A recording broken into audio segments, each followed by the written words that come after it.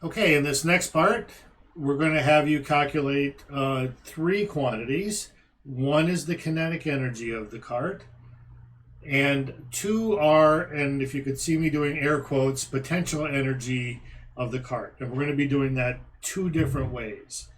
So first, to calculate the kinetic energy of the cart,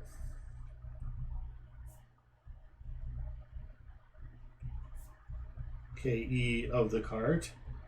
Well, we've learned how to calculate kinetic energy from the lab as 1/2 mv squared. So remember, we measure the average speed for a given location, and you can calculate the kinetic energy and enter the table. The second way that we're going to calculate the second thing we're going to calculate is the gravitational potential energy.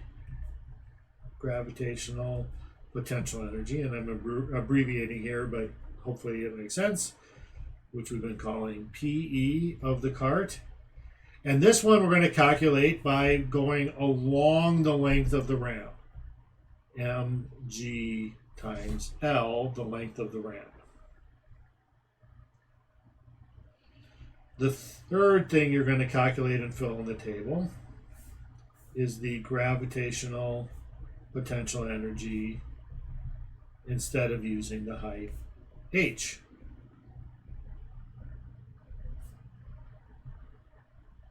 So mgh. And you might be asking, why am I having you calculate it two ways, particularly when they don't give you the same number? Well, precisely because one of these ways is correct physics and the other is not, and we want you to explore that. And the way we want you to explore that is to compare these two values and which appears to be closer to your measured kinetic energy. Now, as I warned in the video, and I'll warn again here, that this is a real life experiment. So our ideal experiment is all of the potential energy when the cart is at the top part of the ramp will be converted into kinetic energy when it's at the bottom part of the ramp. That would be the perfect physics.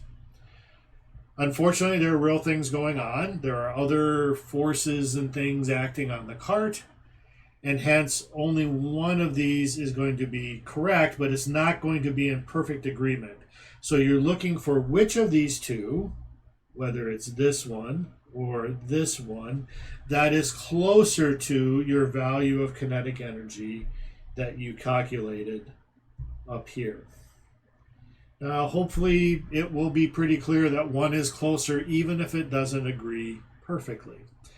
But that is just sometimes how experimental science works, and you will have to sometimes just make judgments and then try to think about, well, what is it that makes my experiment imperfect? In this case, there's several factors, one of which is friction and some other things going on.